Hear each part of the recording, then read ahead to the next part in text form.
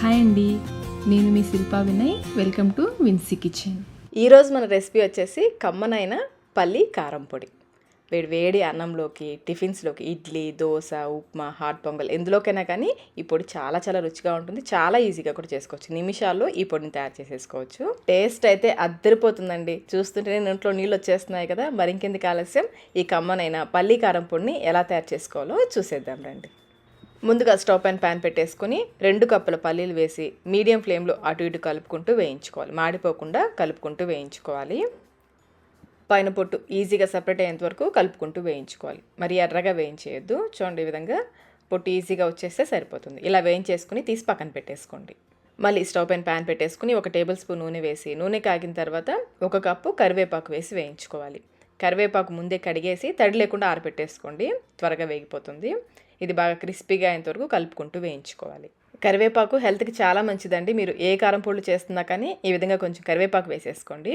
కరివేపాకు వేగిపోయింది కదా, ఇప్పుడు మళ్ళీ ఇందులో వేయించుకున్న పల్లీలు ఉన్నాయి కదా, అవి వేసేసుకుని కొంచెం చింతపండు, చిన్న నిమ్మకాయ సైజంత చింతపండుని ఈ విధంగా విడివిడిగా చిన్న చిన్న ముక్కలుగా చేసుకుని అక్కడక్కడ వేసుకోండి. చింతపండు మరీ ఎక్కువ వేసుకోవద్దు, కొంచెం వేసుకోండి. చిన్న నిమ్మకాయ సైజంత లేదా పెద్ద ఉసిరికాయ సైజంత వేసుకుంటే సరిపోతుంది. చింతపండుని కొంచెం సేపు ఒక 2-3 నిమిషాల పాటు వేయించుకోవాలి. ఇలా వేయించుకుంటే మనం గ్రైండ్ చేసినప్పుడు చింతపండు చక్కగా కలిసిపోతుంది. చింతపండు కూడా వేగిపోయింది. కరివేపాకు కూడా చూడండి, ఈ విధంగా క్రిస్పీగా వేయించుకోవాలి.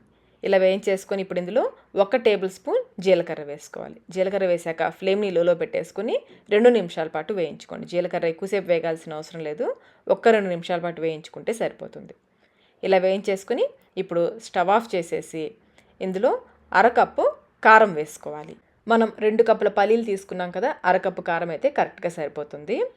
కారం వేసేసి స్టవ్ అయితే ఆఫ్ చేశాకనే కారం వేసుకోవాలి. కారం వేసేసుకుని ఒకసారి అంతా బాగా కలిసేలాగా కలుపుకోవాలి. ఈ పల్లి పొడిని కారానికి బదులుగా ఎండుమిర్చి వేసి కూడా చేసుకోవచ్చు. ఆల్రెడీ ఆ రెసిపీ అయితే మన ఛానల్లో ఉందండి. ఎండుమిర్చి అందుబాటులో లేని వాళ్ళు ఈ విధంగా కారంతో కూడా చేసుకోవచ్చు.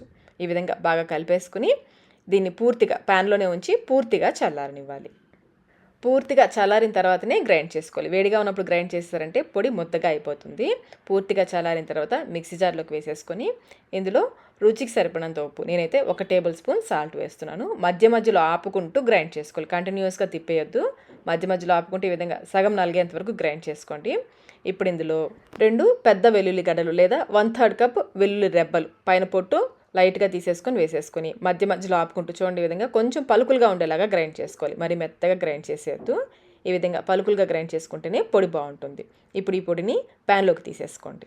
మనం గ్రైండ్ చేసినప్పుడు పొడి కొంచెం వేడిగా ఉంటుంది. ఆ వేడి తగ్గేంత వరకు ప్యాన్లో చల్లారనివ్వాలి. అలాగే ఒకసారి టేస్ట్ చెక్ చేసుకోండి. సాల్ట్ ఏమైనా తగ్గితే కొంచెం వేసి కలుపుకోవచ్చు. పొడి గ్రైండ్ చేసినప్పుడు కొంచెం ఘాటుగానే ఉంటుందండి. ఇది 2 రోజులకి చప్పబడిపోతుంది. అందుకని పొడి కొట్టుకునేటప్పుడే కొంచెం ఘాటుగా కొట్టుకోవాలి. ఇలా వీలు చూసుకుని కారం పొడి కొట్టి పెట్టుకున్నామంటే 2-3 నెలల వరకు నిల్వ ఉంటుంది. అలాగే మార్నింగ్ టైంలో హడావిడిగా మనం బ్రేక్ఫాస్ట్లోకి చట్నీ ఏం చేయలేదనుకోండి, చక్కగా వేసుకొని తినేయచ్చు. అన్నంలో వేసుకొని తినేయచ్చు. వేడి అన్నంలో కొంచెం నెయ్యి వేసుకొని ఈ పొడి వేసుకొని తింటే రుచి అద్దరిపోతుంది. మరి మీరు కూడా ఈ పల్లి కారం పొడిని ఒకసారి తప్పకుండా అయితే ట్రై చేయండి. ట్రై చేసి మీకు టేస్ట్ ఎలా అనిపించిందో మాకు కమెంట్ రూపంలో తెలియచేయండి. వీడియో నచ్చినట్లయితే లైక్ చేయండి. మీ ఫ్రెండ్స్కి, ఫ్యామిలీ మెంబర్స్కి షేర్ చేయండి. మన ఛానల్ని ఫస్ట్ టైం చూస్తున్నట్లయితే సబ్స్క్రైబ్ కూడా చేసుకోండి. Thank you.